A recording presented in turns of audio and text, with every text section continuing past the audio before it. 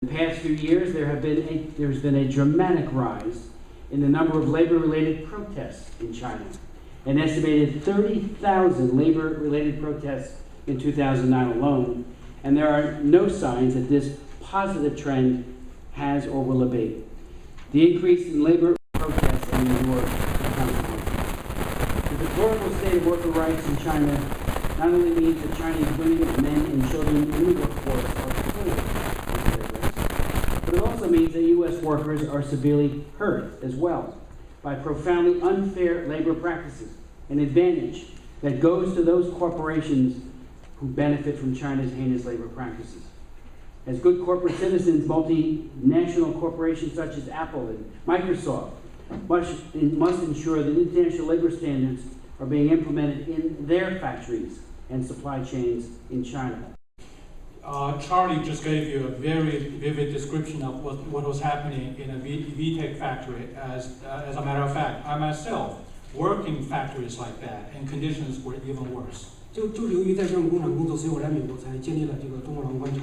It was because of my experience working in factories like what Charlie was describing that I came to this country and founded China Labor Watch.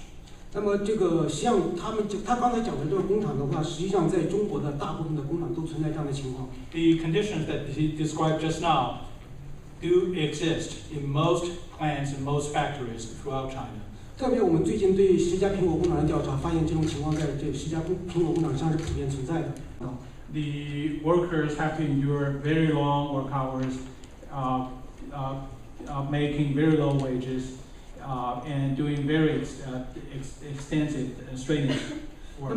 那么第二就是说，其次我要讲的就是这个跨国公司，他们对中国的劳工情况是用的是审计制度，但是这个审计。To producing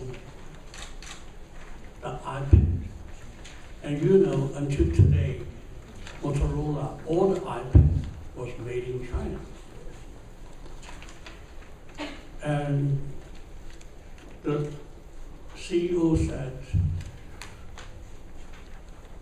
I want to produce the iPad in China. And the journalist said, no problem, what do you want? And the CEO said, nothing, I don't want anything. But I care about one thing. I hope the Chinese workers are not going to organize a union. And the Chinese people say, so do I, no problem. You see, that's why China don't have unions. Foreign policy concerns or intellectual property rights concerns or market access concerns, but we very seldom hear a top official of the U.S. government raise workers' rights, and that goes for both Republican and Democratic administrations, unfortunately. Why not? Well, there are a couple of reasons. One is there are other priorities, like a burning foreign policy issue or other trade issues that are more important. The second issue is often that it's irritating to the Chinese government.